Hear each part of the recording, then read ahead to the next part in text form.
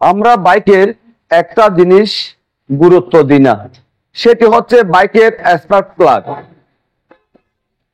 বাইকের spark plug নষ্ট হয়ে গেছে, আপনি কিভাবে বুঝবেন? আপনার বাইকের স্পার্ক প্লাগ নতুন লাগানোর সময় স্পার্ক প্লাগের গ্যাপ কতটুকু রাখতে হবে? আপনার বাইকের স্পার্ক প্লাগ কখন পরিবর্তন করা উচিত? আসলে আমরা স্পার্ক প্লাগের উপর তেমন বেশি নজর দিই না। একটি বাইকের জন্য খুব গুরুত্বপূর্ণ হচ্ছে স্পার্ক প্লাগ। স্পার্ক প্লাগের জন্য আপনার বাইকের ইঞ্জিন সম্পূর্ণ নষ্ট হয়ে যায়। সেজন্য আপনার গুরুত্ব দিতে হবে আপনার বাইকের স্পার্ক প্লাগের উপর। প্রথমে আসি আপনার বাইকের স্পার্ক প্লাগ আপনি কখন পরিবর্তন করবেন, কত কিলোমিটারের মধ্যে পরিবর্তন করবেন। কোম্পানি বলতেছে বাইকের স্পার্ক প্লাগ প্রতি 15,000 কিলোমিটার পর পর পরিবর্তন করবেন।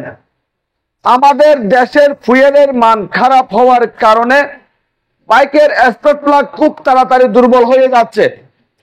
স্পার্ক প্লাগ যখন দুর্বল হবে তখন আপনার বাইকের ইঞ্জিনের ক্ষতি হবে, বাইকের পারফরমেন্স ড্রপ করবে, বাইকের মাইলেজ কমে যাবে।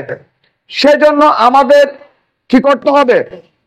স্পার্ক প্লাগ প্রতি 5,000 কিলোমিটার পর পর আমরা পরিবর্তন করব।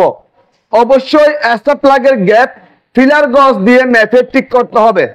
স্পার্ক প্লাগের গ্যাপ রাখতে হবে 0.7 থেকে 0.8 mm এর ভিতর। সেক্ষেত্রে আপনি আপনার বাইক থেকে অনেক বেশি পারফরমেন্স পাবেন। এখন আসি আপনার বাইকের স্পার্ক প্লাগ কখন পরিষ্কার করা উচিত? প্রতি 1000 কিলোমিটার পর পর আপনার বাইকের স্পার্ক প্লাগ পরিষ্কার করে নেবেন। স্পার্ক প্লাগ পরিষ্কার করার সময় অবশ্যই স্পার্ক প্লাগের গ্যাপ ঠিক করে নেবেন। 0.7 থেকে 0.8 mm এর ভিতর স্পার্ক প্লাগের গ্যাপ রাখবেন। এবার আসি আপনার বাইকের স্পার্ক প্লাগ দুর্বল হয়ে গেছে, নষ্ট হয়ে গেছে, আপনি কিভাবে চেক করবেন? আপনারা দেখতে পাচ্ছেন বাইক থেকে স্পার্ক প্লাগ খুলে নিলাম। স্পার্ক প্লাগ চেক করার সময় আপনার বাইকের মধ্যে যদি দুটি স্পার্ক প্লাগ থাকে সেক্ষেত্রে ডান সাইডের স্পার্ক প্লাগের ক্যাপটি আপনার খুলে ফেলতে হবে। আপনারা দেখতে পাচ্ছেন আমি স্পার্ক প্লাগ এসটি কয়েলের কেবলের তারের সাথে প্লাগ ক্যাপ লাগানো আছে, আমি প্লাগ ক্যাপের সাথে স্পার্ক প্লাগ লাগিয়ে নিলাম। তারপর আমাদের যে কাজটি করতে হবে, স্পার্ক প্লাগ বডির সাথে আমাদের এভাবে চেপে ধরতে হবে। এই যে আপনারা দেখেন এটা হচ্ছে বডি, বডির সাথে স্পার্ক প্লাগ এভাবে চেপে ধরবেন। যদি ভালো করে যদি চেপে না ধরেন, বডির সাথে যদি ভালো করে কালেকশন না হয় সেক্ষেত্রে আপনি শর্ট খাবেন। সেজন্য এই যে দেখতে পাচ্ছেন বডির সাথে আমি স্পার্ক প্লাগ ভালো করে চেপে ধরলাম। তারপর আপনার কি করতে হবে? বাইকের ইঞ্জিন সুইচ চালু করতে হবে। ইঞ্জিন সুইচ চালু করার পর আপনি কি করবেন? বাইকের মধ্যে সেলফ করবেন।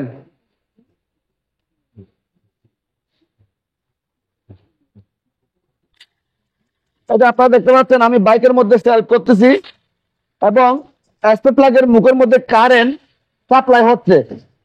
আপনার দেখতে হবে, আপনারা দেখতে পেয়েছেন আমি স্পার্ক প্লাগ কিভাবে চেক করলাম। আপনার দেখতে হবে যখন আপনি সেলফ করবেন তখন স্পার্ক প্লাগের মুখের মধ্যে কারেন্ট সাপ্লাই হবে। এসটি কয়েলের কেবল থেকে যে কারেন্টটা আসতেছে কারেন্টটা স্পার্ক প্লাগের গ্যাপের মধ্যে কারেন্টটা সাপ্লাই হচ্ছে কিনা। যদি গ্যাপের মধ্যে কারেন্টটা সাপ্লাই হয় সেক্ষেত্রে আপনার বাইকের স্পার্ক প্লাগ ভালো আছে, আপনার বাইকের ইনসুলেশন ক্ষয় হয় নাই, কারেন্টও সুন্দরভাবে গ্যাপের মধ্যে সাপ্লাই হচ্ছে। আর যদি কারেন্ট যদি ইলেকট্রোলাইট থেকে যদি কারেন্টটা বডির সাথে শর্ট করে সেক্ষেত্রে ধরে নেবেন আপনার বাইকের স্পার্ক প্লাগ শর্ট হয়ে গেছে, দুর্বল হয়ে গেছে। ছোট কাজ, সমস্যা কিন্তু অনেক বড়, তাই গাফলতি করবেন না। আপনার বাইকের স্পার্ক প্লাগ প্রতি 5,000-এ পরিবর্তন করার চেষ্টা করবেন।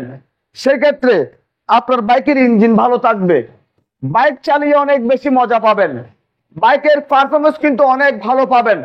বাইকের মাইলেজ অনেক ভালো পাবেন এবং আপনার বাইকটি স্টার্ট করার সময় একদম সহজে স্টার্ট হয়ে যাবে।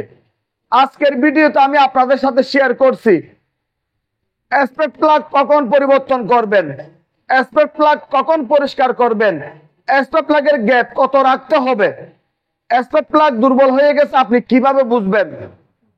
আপনাদের যদি আমার আজকের ভিডিও যদি ভালো লেগে থাকে লাইক করবেন, কমেন্ট করবেন এবং বেশি বেশি করে শেয়ার করবেন।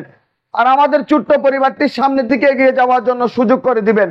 সবাইকে অনেক অনেক ধন্যবাদ জানিয়ে আজকের মতো বিদায় নিলাম।